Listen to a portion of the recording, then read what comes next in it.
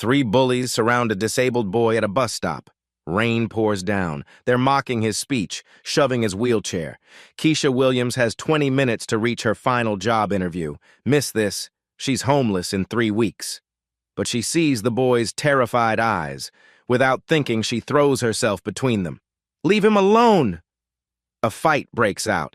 Her interview clothes get soaked. Her last $7, wasted on bus fare to nowhere. Her only shot at survival, gone.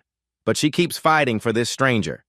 What Keisha doesn't realize, the quiet boy she just saved is about to reveal a secret that will transform her life in ways she never imagined. Because sometimes losing everything for the right reason is exactly how you gain everything you never dreamed possible. 4 hours earlier, Keisha Williams stares at her cracked bathroom mirror. Dark circles under her eyes tell the story of sleepless nights spent calculating impossible math. Rent, $800. $800. Grandmother's medical bills, $2,347. Bank account, $47. The eviction notice on her kitchen table glows like neon. 30 days, that's all she has left. Her business degree hangs crooked on the peeling wall. Community college paid for with 3 years of night shifts at Murphy's Diner. The diner closed last month when the owner couldn't afford rent either. Now she's here. 26 years old, drowning in a neighborhood that swallows dreams whole. She practices her handshake in the mirror. "Good morning, Mr. Davidson. Thank you for this opportunity." Her voice sounds steadier than she feels. This interview isn't just a job, it's life or death. The company called yesterday. "Administrative assistant position, entry level. We can see you tomorrow at 10 a.m. Not glamorous, but it pays $32,000 annually, enough to survive." She puts on her grandmother's vintage blazer, navy blue, slightly faded, but still dignified, the only professional clothing she owns. Grandma wore it to church every Sunday until the cancer took her voice, then her strength, then everything else. "I'm trying, Grandma," Keisha whispers to the empty apartment. Outside her window, something catches her eye. A sleek black sedan parked across the street. Unusual for this neighborhood where most people take buses or walk. The driver wears a suit, speaking quietly into an earpiece. Strange. But everything feels strange when you're this desperate.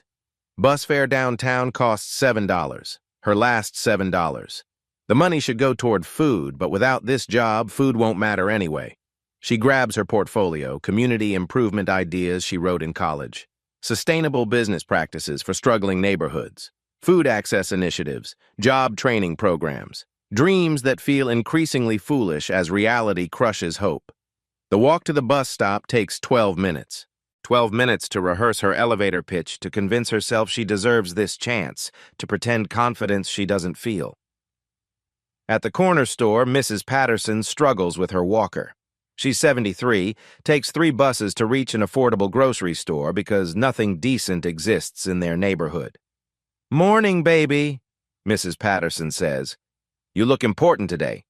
"Job interview," Keisha explains, helping steady the walker. "You'll get it. Good things happen to good people." Keisha wishes that were true.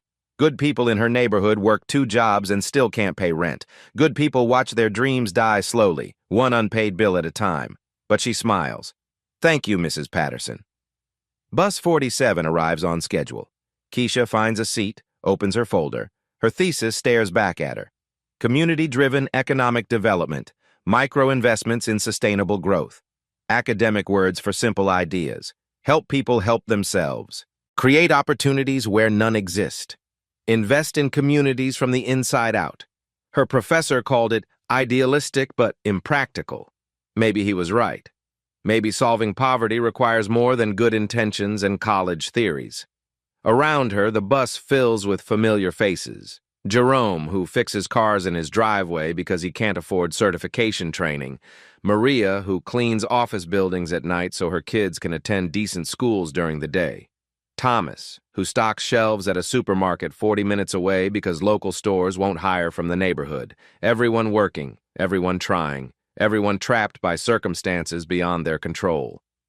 The interview location appears through the window, a gleaming corporate tower that represents everything her neighborhood lacks. Clean glass, fresh paint, security guards, people in expensive suits walking with purpose. She checks her reflection in her phone screen. The blazer looks professional enough. Her resume highlights volunteer work, literacy tutoring, community garden organizing, food bank assistance. Not glamorous, but it shows character. Character doesn't pay rent, but maybe it opens doors. Her phone buzzes. Text from a temp agency. Position filled, sorry. Another opportunity gone before she even knew it existed. This interview has to work. It's her final lifeline in a drowning world. The corporate tower grows larger as the bus approaches downtown. Through rain-streaked windows, she sees her future, either salvation or final defeat. Her grandmother's voice echoes in memory. "Baby, sometimes you got to help others before you can help yourself. The universe sees everything. It remembers kindness." Easy words when you have food in the refrigerator. Harder when you're counting days until homelessness. But maybe Grandma was right about one thing. Maybe the universe does see everything. Maybe it's watching right now. The bus lurches to a stop. 6 blocks to the interview. 35 minutes on the clock. Enough time if everything goes perfectly. Keisha steps off the bus into the beginning of the storm that will change everything. She just doesn't know it yet. But fate is already moving. In a specialized transport van 6 blocks away, a 12-year-old boy checks his expensive phone and notices his security detail is delayed in traffic. For the first time in 2 years, David Morrison will be alone and vulnerable, and Keisha Williams is walking straight toward the moment that will define both their lives forever. Thunder explodes overhead like a warning shot. Keisha checks her phone, 9:25 a.m., 35 minutes until her interview. The corporate tower gleams 6 blocks away through increasingly heavy rain. Her carefully planned route now faces Mother Nature's interference. She quickens her pace, clutching her portfolio against her chest. Her grandmother's blazer darkens with moisture.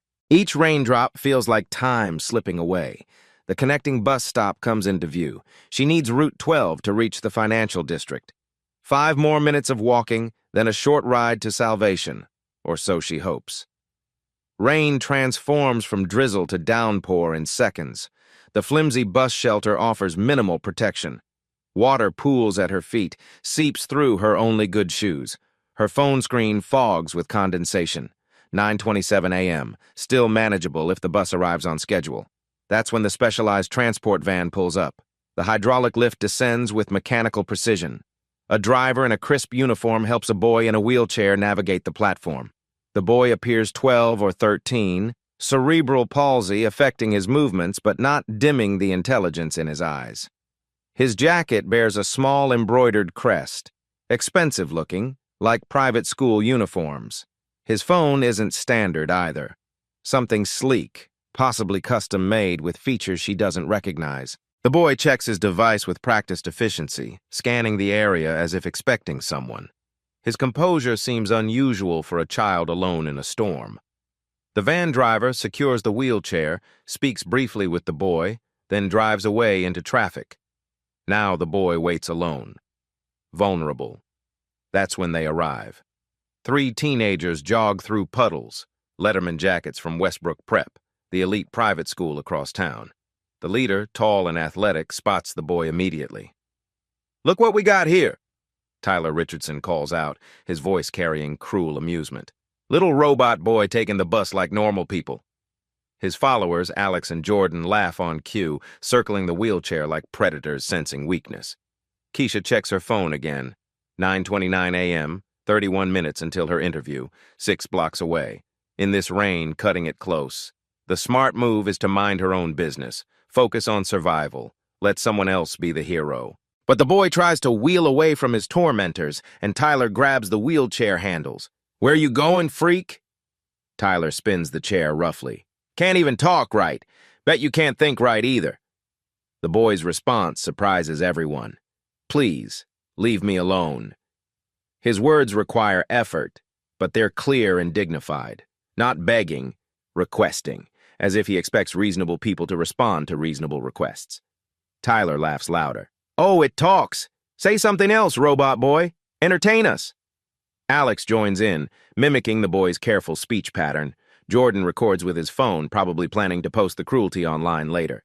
The boy remains calm, almost disappointingly so for his tormentors. His composure suggests this isn't his first encounter with such behavior. Keisha's internal conflict intensifies. 9:30 a.m., 30 minutes left. The rain makes everything take longer. Missing this interview means homelessness in 3 weeks. But she watches Tyler shove the wheelchair again, harder this time. The boy's expensive phone clatters to wet concrete. "Oops," Tyler says with mock concern. "Butterfingers. Maybe you should be more careful with your special toys." The boy looks at his damaged device, then up at his tormentors. Still no fear in his eyes. Just disappointment. As if he's witnessed humanity's capacity for cruelty too many times and finds it predictably boring. That's when he notices Keisha watching. Their eyes meet across the rain-soaked bus stop. His gaze holds steady, patient, waiting to see what kind of person she'll choose to be. 9:31 a.m. Keisha thinks of Mrs. Patterson struggling with her walker, of Jerome fixing cars in his driveway because certification costs too much, of every person in her neighborhood who faces daily challenges without anyone stepping up to help. She thinks of her grandmother's voice. "Baby, the universe sees everything. It remembers kindness." Easy to remember kindness when you're not risking everything you have left, but maybe that's exactly when kindness matters most. Tyler raises his hand to shove the wheelchair again, and Keisha makes her choice. The interview will have to wait. This boy needs protection now.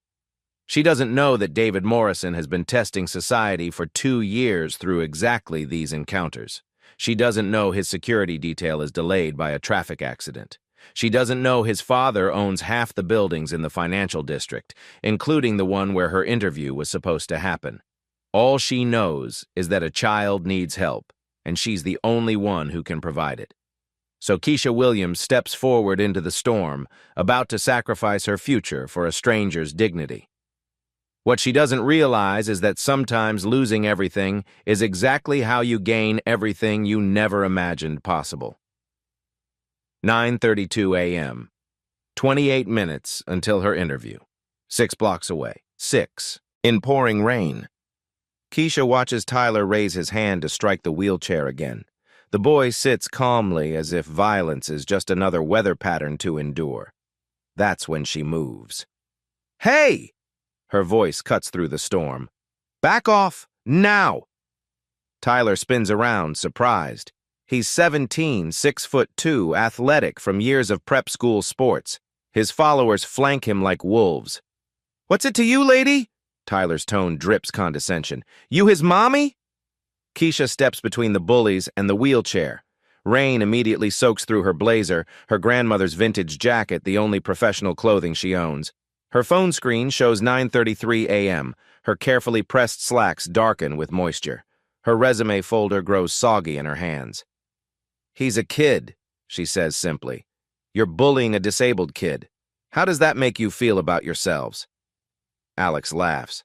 "Like we're having fun. Mind your own business, lady." But Keisha positions herself as a human shield. "This is my business. When I see someone being hurt, it becomes my business." Tyler steps closer, using his height to intimidate. "You picked the wrong day to play hero. We're just having a conversation with Robot Boy here." "Conversation's over."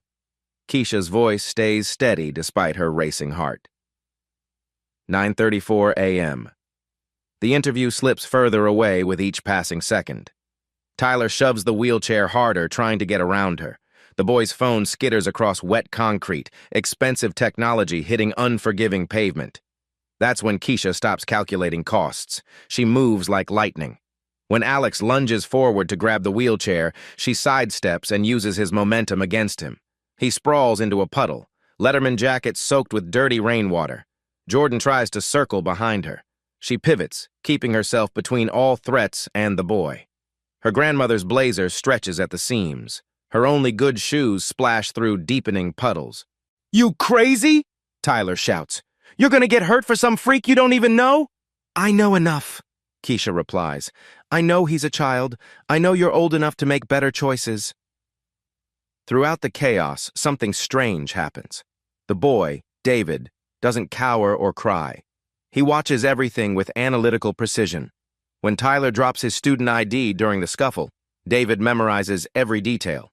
Names, school affiliation, graduation year. His expensive jacket falls open, revealing not just quality clothing but something else. A small, discreet device clipped inside. Security equipment, the kind worn by people who expect professional protection.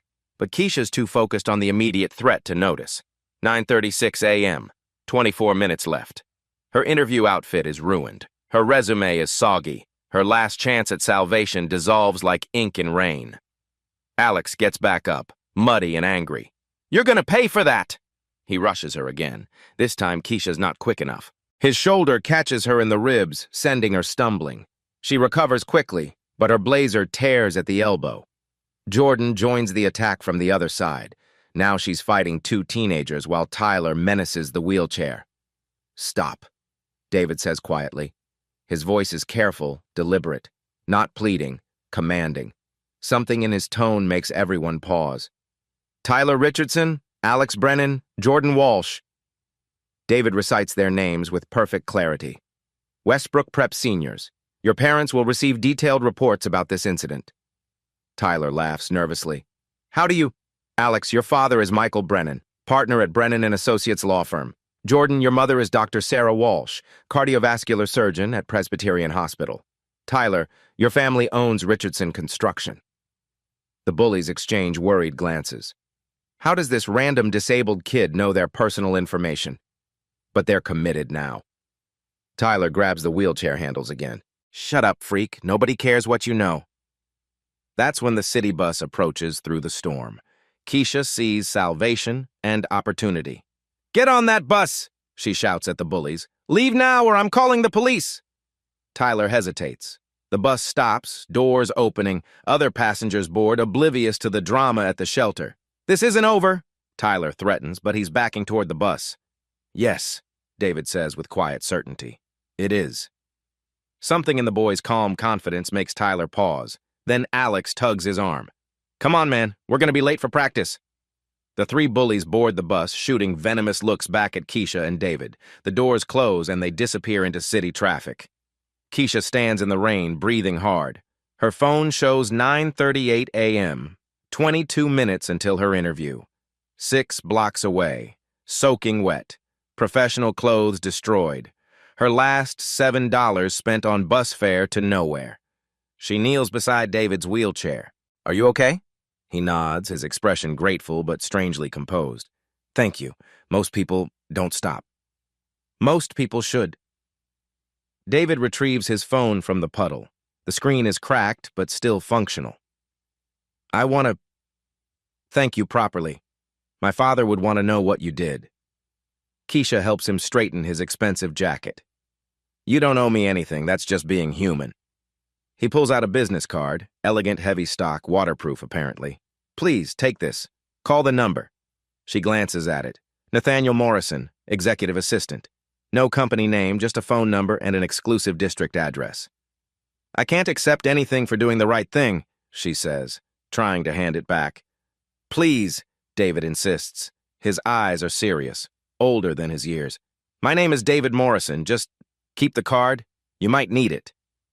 The surname sounds familiar, but Keisha's overwhelmed by mounting losses. She takes the card to comfort him. 9:40 a.m. She calls the interview company from her cracked phone screen. "I'm so sorry, there was an emergency. I can't make the appointment." The receptionist is kind but firm. "I'm sorry, Miss Williams. Mr. Davidson can't reschedule for 2 weeks, and we're making decisions by Friday." Another door closes. Another chance gone. The specialized transport van returns through the storm. As David is helped aboard, he looks back at Keisha standing alone in the rain. "You'll hear from us soon, Keisha Williams." She's surprised he caught her name during the chaos. As the van disappears into traffic, Keisha realizes what she's lost. Her last chance at employment, her professional clothes, her final $7, all sacrificed for a stranger who seemed oddly unafraid of 3 dangerous bullies. But sometimes losing everything is exactly how you gain everything you never imagined possible. She just doesn't know it yet. Keisha stands alone in the downpour, reality crashing over her harder than the rain. Her phone buzzes with notifications. 17 missed calls from temp agencies while she fought 3 bullies. She returns them with desperate hope, only to hear identical messages. "Position filled. Sorry. We'll keep your resume on file." Each rejection hits like a physical blow, her last safety nets disappearing while she helped a stranger. Her grandmother's blazer clings to her skin, torn at the elbow where Alex grabbed her. The vintage fabric, irreplaceable, damaged beyond repair. Water pools in her only good shoes. She checks her bank account. $40 remaining after bus fare. Rent due in 26 days. The business card David gave her grows soggy in her trembling fingers. Heavy paper stock, expensive quality. Nathaniel Morrison, executive assistant. The address belongs to the city's most exclusive financial district. She Googles the name on her cracked phone screen. Nothing specific appears, just vague references to private wealth management and family offices. The Morrison surname tugs at her memory, but exhaustion clouds her thinking. What has she done? Sacrificed everything for one moment of moral clarity? Her phone rings. Unknown number. Miss Williams? This is Nathaniel Morrison. David asked me to call. His voice carries crisp authority. Old money. Real power. The tone of someone accustomed to immediate respect. I don't understand. I just helped a kid. That's all. Yes, ma'am. That's exactly why I'm calling. Would you be available for a meeting tomorrow morning, 10 a.m.? Keisha's mind races. I can't afford to miss another interview opportunity. We're aware of your schedule, Miss Williams. This won't conflict with your other appointments. How could they possibly know about her schedule? She hasn't told anyone about tomorrow's interviews. Okay. Where? He provides an address in the financial district's most exclusive building. Ask for me at reception. They'll be expecting you. After hanging up, Keisha tries researching Morrison family again. Her phone freezes, then restarts itself. When it boots up, her browser history for that search has been completely wiped. Strange. But everything feels strange when you're this desperate. Walking home takes 45 minutes through the storm. No money left for bus fare. Her interview clothes grow heavier with each step. At her apartment building, she notices a dark SUV parked across the street. Different from this morning's sedan, but the same professional surveillance feel. When she looks directly at it, the vehicle pulls away smoothly. Someone is watching her. But why? Inside her studio apartment, she peels off the damaged blazer. The torn fabric tells the story of her sacrifice, ruined for a stranger's dignity. 17 job rejection emails wait in her inbox. Companies filling positions while she fought bullies in the rain. She sits at her kitchen table staring at the eviction notice. 26 days until homelessness. $40 to last until... what? There is no until. This was her last chance. David Morrison's business card lies beside the notice. Even waterlogged, the paper quality is remarkable. It feels like currency itself. She could call the number, accept whatever David's family is offering. But accepting charity for doing the right thing feels wrong. Her grandmother's voice echoes in memory. Baby, pride don't pay rent, but kindness always comes back around. Easy words when you're not facing eviction. But maybe Grandma understood something about timing, about how the universe rewards people who protect others even when protection costs everything. Keisha looks out her window at the street where the SUV was parked. Empty now, but she feels watched, protected maybe, or monitored. Either way, her life has shifted into territory she doesn't understand. Tomorrow morning, she'll discover why David Morrison seemed so calm during the attack, why bullies knew to fear his family name, why her act of kindness triggered phone calls from executive assistants and surveillance vehicles. Tonight, she just knows she's broke, jobless, and facing homelessness in less than a month. But sometimes losing everything is the first step toward gaining everything you never imagined possible. She places David's card on her bedside table and tries to sleep, unaware that powerful algorithms are already scrubbing her digital footprints from the internet. Some families have resources that can rewrite search results. The Morrison family can rewrite much more than that. Keisha wakes at 3 a.m. still wearing damp clothes. The eviction notice glows in streetlight. 25 days remaining. She tries researching David Morrison again. Her laptop crashes completely. When it restarts, not only is her browser history wiped, her entire search function is disabled. Someone doesn't want her finding information about the Morrison family. At 6 a.m., her phone buzzes. Text from unknown number. Car will arrive at 9:30 a.m. No need to respond. She never gave anyone her address. Looking outside, she spots the same black SUV from last night. Different parking spot, same professional surveillance. The driver wears an earpiece, watches her building with military precision. She tries calling David's business card number. It rings once, then transfers. You have reached Morrison Holdings. This call is being recorded and analyzed. Morrison Holdings. The name triggers a college memory, something from business journals. But the harder she tries to remember, the foggier it becomes. Her neighbor, Mrs. Lane, knocks. Keisha, honey, men in suits asked about you yesterday evening. Said they were conducting employment background checks. What questions? Character references. How long you've lived here. Community volunteer work. Very thorough. More thorough than normal job interviews require. At 8 a.m., another text. Dress professionally. Meeting may run longer than expected. How do they know she needs professional clothes? Her ruined blazer hangs over a chair, testament to yesterday's sacrifice. She borrows a jacket from Mrs. Lane and walks to the bus stop, the same corner where everything changed. In daylight, it looks ordinary. But at exactly 9:30 a.m., a Blacktown car arrives. Not Uber or taxi, something more expensive. The driver wears a chauffeur's uniform. Miss Williams, Mr. Morrison is expecting you. Leather seats, privacy glass, bottled water that costs more than her daily food budget. During the ride, she notices two other vehicles following at discreet distances. A security escort she never requested. The destination, a glass tower in the financial district's most exclusive area. The kind of building where her neighborhood zip code normally bars entry. As they approach the marble entrance, Keisha sees her reflection in the privacy glass. 26 years old, wearing borrowed clothes, about to meet people with resources she can't comprehend. Yesterday, she was nobody, a desperate job seeker willing to sacrifice everything for a stranger's dignity. Today, she's riding in luxury cars with security escorts to meetings in towers that touch the sky. What has she stumbled into? And why does helping one disabled boy require this level of sophisticated response from people who can apparently rewrite internet search results and conduct background investigations overnight? She's about to discover who David Morrison really is, and why her moment of courage triggered attention from a family whose power extends far beyond anything she imagined possible. The elevator requires a special key card for the top floor. Nathaniel Morrison, 50s, impeccably dressed, escorts her upward in silence. Keisha's borrowed jacket feels shabby in this polished environment. The doors open to a penthouse office overlooking the entire city. Floor-to-ceiling windows, museum-quality art, furniture worth more than most people's annual salary. Behind an enormous mahogany desk sits a man she recognizes but can't place.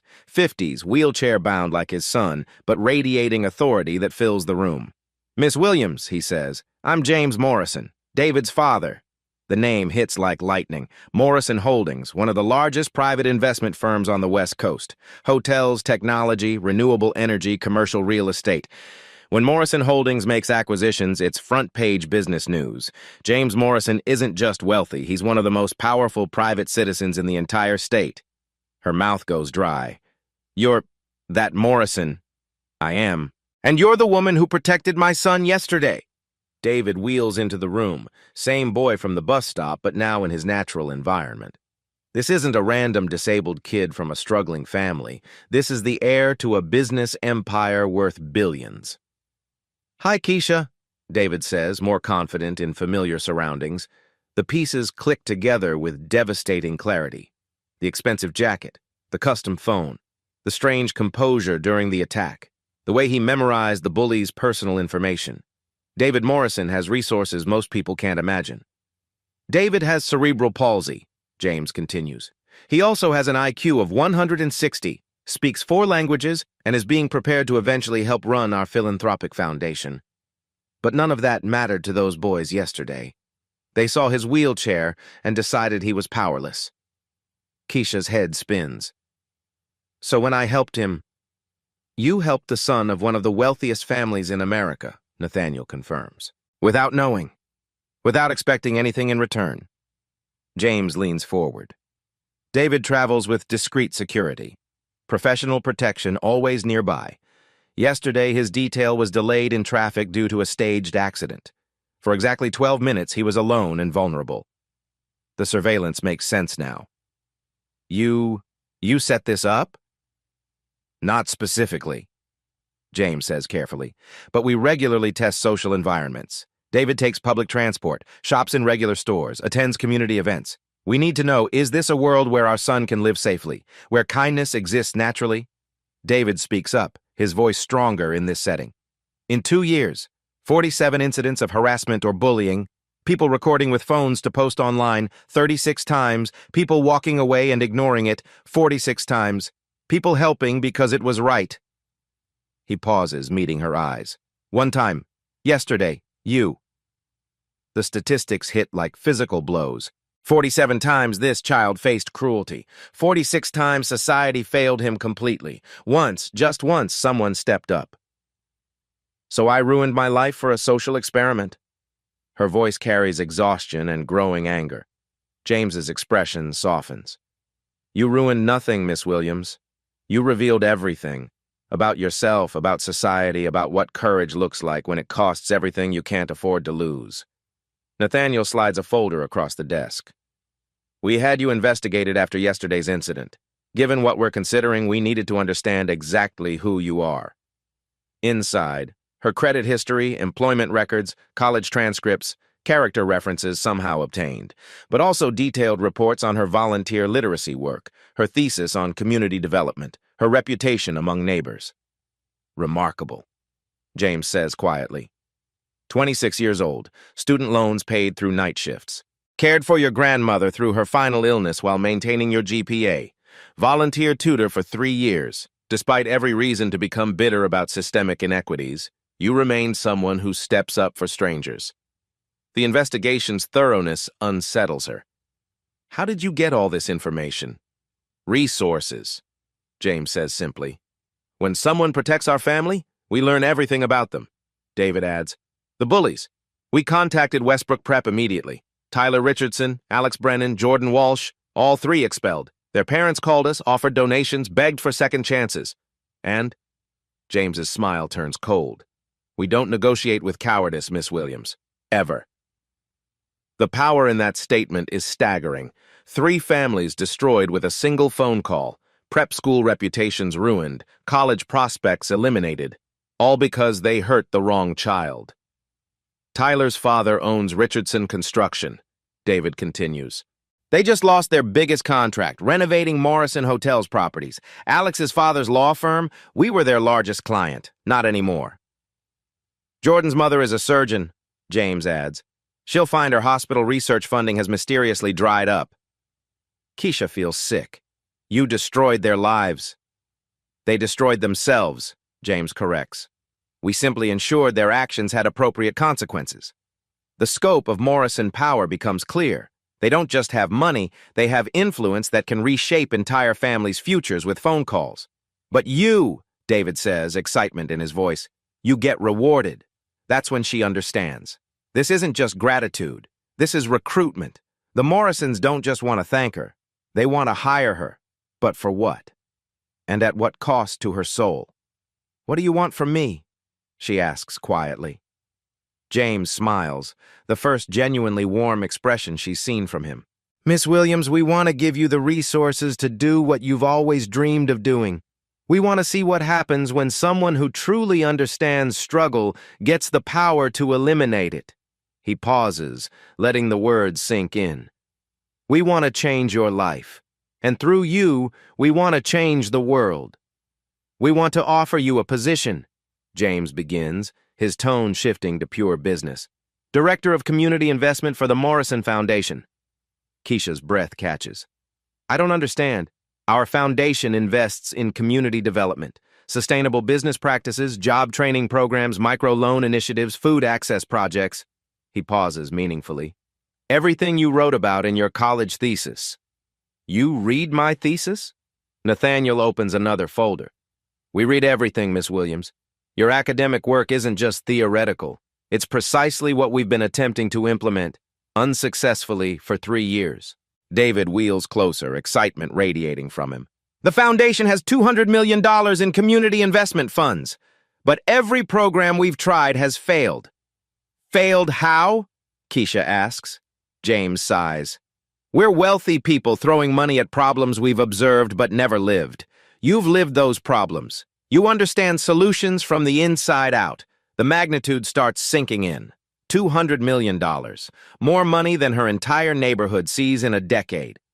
Starting salary, $150,000 annually, Nathaniel states matter-of-factly.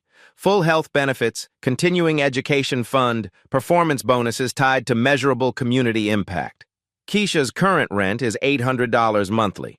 This salary would eliminate every financial pressure crushing her for years. But the real opportunity, James continues, is a $50 million pilot program budget. 5 years to prove your community development model works.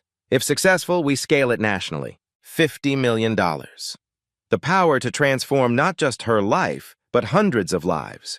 Why me? She whispers. You could hire consultants with decades of experience, policy experts with advanced degrees. We have hired experts, David says with obvious frustration. MBA consultants who've never missed a meal, policy researchers who studied poverty from university libraries. They create programs poor people don't want and can't use. James nods.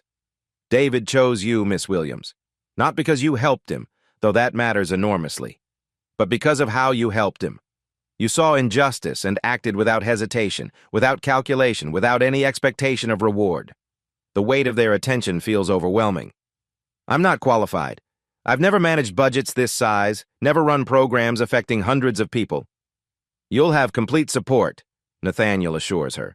A full team of analysts, program coordinators, legal advisors. But the vision, the direction, the community understanding, that comes from you. David's eyes shine with possibility. What if you succeed?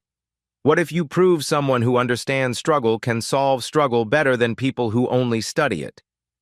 James shares quietly.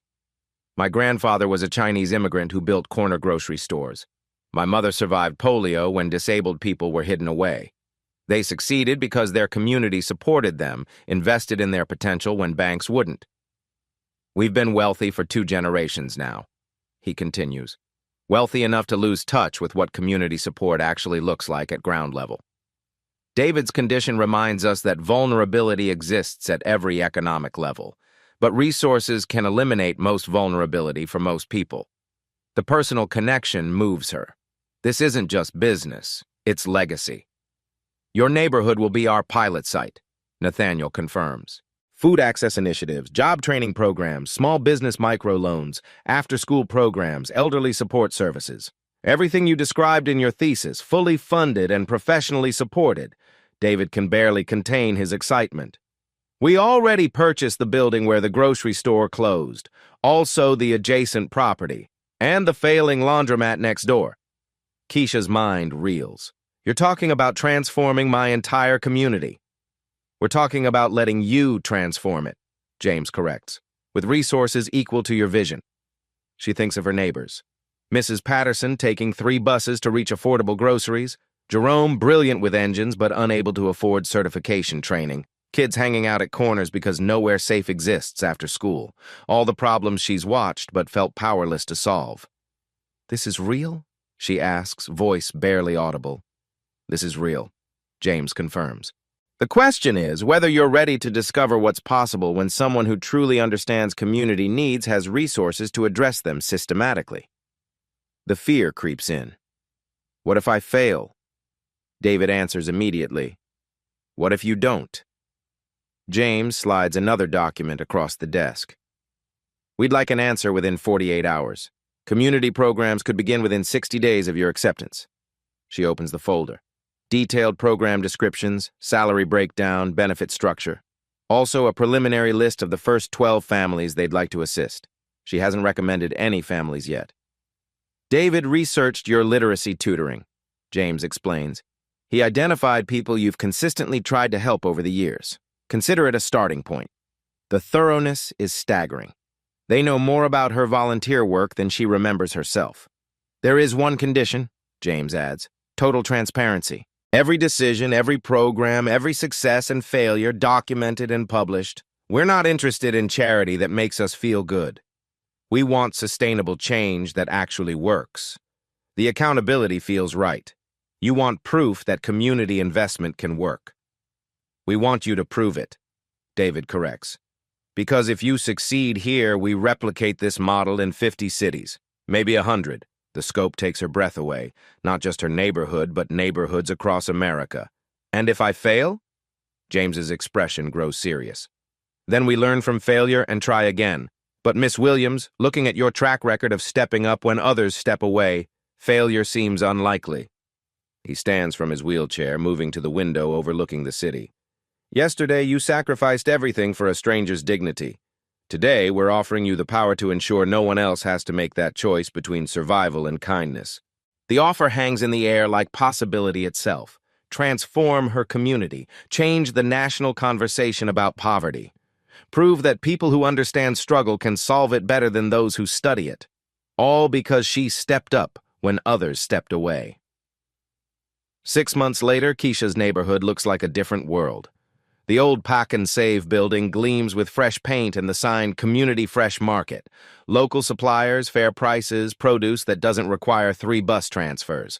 Mrs. Patterson wheels her cart down aisles that smell of possibility instead of desperation. "Honey, I can walk to buy fresh vegetables now," she tells Keisha during a visit. First time in 15 years. Keisha's first hire. 12 neighbors, including Jerome as facilities manager. His natural engineering talent translates perfectly to refrigeration systems and building maintenance. He wears a company polo shirt with pride, finally certified and earning $45,000 annually. "Never thought fixing cars would lead to this," he grins, troubleshooting the walk-in cooler. "But engines are engines, right?" Next door buzzes the Morrison Community Skills Center. Computer literacy, certification programs, resume workshops. The same space where teenagers loitered now hums with adults learning programming, elderly residents mastering smartphones, high school students earning college credits. Maria, the night janitor, attends accounting classes 3 evenings weekly. "My kid's gonna see their mama get a real career," she says, practicing spreadsheet formulas. David visits weekly, wheeling through the center with obvious joy. His cerebral palsy becomes secondary to his clear intelligence and genuine enthusiasm. Kids gather around him asking about coding and business applications. "Mr. David, how do you make apps?" 8-year-old Jasmine asks. David patiently explains programming basics, his careful speech no longer seeming like limitation, just thoughtful communication. The third building houses small business incubation. Mrs. Rodriguez finally opens her catering service with professional kitchen access. Marcus launches his landscaping company with equipment loans. The beauty salon reopens under new management. 3 women who completed business planning courses. Every loan includes mentorship. Every business launch includes community support. Local news covers the transformation. Morrison Foundation's revolutionary community investment model. Keisha appears on camera, professional but unmistakably from the community she serves. "The secret isn't throwing money at problems," she explains to the reporter. "It's listening to people who live those problems every day." National business publications take notice. Inside-out community development, when lived experience meets serious resources. Harvard Business Review requests a detailed case study. The ripple effects exceed every projection. Crime drops 35% in the 6-block pilot area, not through increased policing, but because people have destinations, employment, reasons for hope. Local elementary school test scores improve measurably. Dr. Williams, the principal, calls Keisha personally. "Whatever you're doing, it's working. Kids are coming to school fed, rested, and ready to learn. Property values rise, but anti-displacement policies ensure longtime residents benefit rather than suffer from improvements." Keisha moves to a comfortable 2-bedroom apartment 4 blocks away, still embedded in her community but no longer anxious about eviction notices. She drives a reliable car but often takes the bus, maintaining connection to neighbors' daily realities. The Bullies face consequences beyond expulsion. Tyler Richardson serves court-ordered community service at the Skills Center, initially resentful, gradually changed by exposure to people he once dismissed. He works alongside David during visits, conversations awkward but increasingly respectful. "I was wrong about you," Tyler admits one afternoon, helping David navigate the computer lab. "You were wrong about yourself," David replies gently. "Good thing people can change." The success metrics become undeniable. Employment up 45%, small business creation up 180%, community college enrollment doubled, violent crime eliminated entirely in the pilot zone. James and Keisha meet weekly to review data and refine expansion plans. 12 cities request pilot programs. The waiting list includes 40 more municipalities. The model works because you understand both the problems and the solutions, James tells her during one meeting. Harvard consultants study poverty from libraries. You lived it from kitchen tables. Other foundations send delegations to study the methodology. Policymakers request presentations. University researchers write papers about the Morrison model. David, now 13, moves confidently through community spaces. The neighborhood that once ignored his victimization now actively protects and includes him. Children wave when his transport passes, invite him to extend visits, ask technical questions about his adaptive technologies.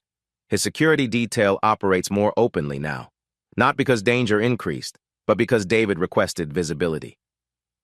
I want people to understand that protection isn't about weakness, he explains to his father. It's about community caring for each other systematically. The pilot program's stunning success creates national attention. Keisha's thesis, once dismissed as idealistic but impractical, becomes required reading in social policy programs. What began as traditional charity evolved into community-controlled economic development. Residents increasingly make programming decisions through neighborhood councils. The Morrison Foundation provides resources. Community members provide direction. The transformation proves a simple truth. When someone who understands struggle gets resources to address it, miracles stop being surprises and start being systematic solutions. 18 months later, Keisha stands at the same bus stop where everything began. The intersection looks transformed. Weather-protected shelter, digital arrival boards, emergency communication, community safety infrastructure replacing urban neglect. A bronze plaque reads, "Community investment begins with community care. Morrison Foundation pilot site, #1. She drives a reliable car now, but sometimes waits here by choice, remembering the vulnerability of depending entirely on public transportation. Today, history repeats with different players. 3 eighth graders surround a boy with autism, mocking his stimming behaviors and communication app. The boy looks frightened, isolated, exactly like David 18 months ago. Before Keisha can intervene, a familiar figure steps forward. Tyler Richardson, now 18, positions himself between the bullies and their target. "Back off," he says firmly. "Find something better to do." The younger bullies recognize him, former Westbrook prep student, local reputation. "Tyler, why do you care about some autistic freak?" Tyler's response carries authority earned through months of community service. "Because that's what decent people do. You protect people who need protection." David arrives with Keisha for a program visit. Now 14, he moves through community spaces with confidence impossible that rainy morning. He watches Tyler's intervention with satisfaction. "Full circle," he tells Keisha quietly. "Almost there," she replies. Tyler helps the autistic boy with his communication app, calls his parents, exchanges contact information for future support. The same protection Keisha offered David, now naturally extended by someone who once embodied the problem. "Your program works," David observes. "People work," Keisha corrects. "The program just creates conditions where people can become who they want to be." 18 cities now operate Morrison Community Investment Centers. The application process for community directors is highly competitive. First, screening question. Describe a time you helped someone without expecting reward. They're seeking people like Keisha, individuals who instinctively step up when others step away. David was accepted to MIT's early admission but deferred 2 years. "I want to work in all 18 centers first. I need to understand what we've built before helping design what comes next."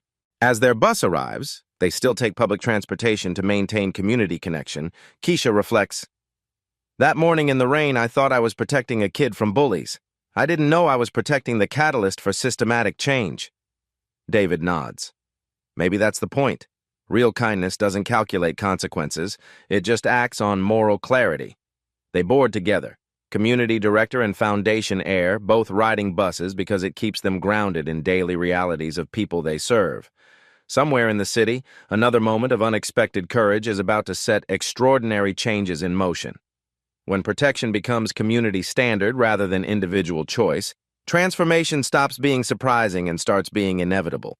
Keisha's story proves that heroism isn't about having advantages. It's about having moral clarity to act when someone vulnerable needs protection. Every day there are Davids waiting at bus stops, Tylers who could choose growth over cruelty, and Keishas who possess power to change everything through one principled moment. The question isn't whether you'll encounter injustice or indifference. The question is, when you witness someone being diminished, will you step forward or step away? Your intervention might be noticed by someone with resources to transform communities, or it might simply transform one person's understanding of human dignity. Both matter equally. What would you have done in Keisha's situation? Would you sacrifice your last chance for a stranger's safety? Share your thoughts in the comments below. Like this video if you believe in choosing courage over comfort. Subscribe to Black Voices Uncut for more stories proving ordinary people create extraordinary change. Share this with someone who needs to remember that heroes look exactly like them. The next bus stop is waiting. Will you be the one who steps forward? At Black Voices Uncut, we don't polish away the pain or water down the message. We tell it like it is because the truth deserves nothing less. If today's story spoke to you, click like, join the conversation in the comments, and subscribe so you'll be here for the next Uncut Voice.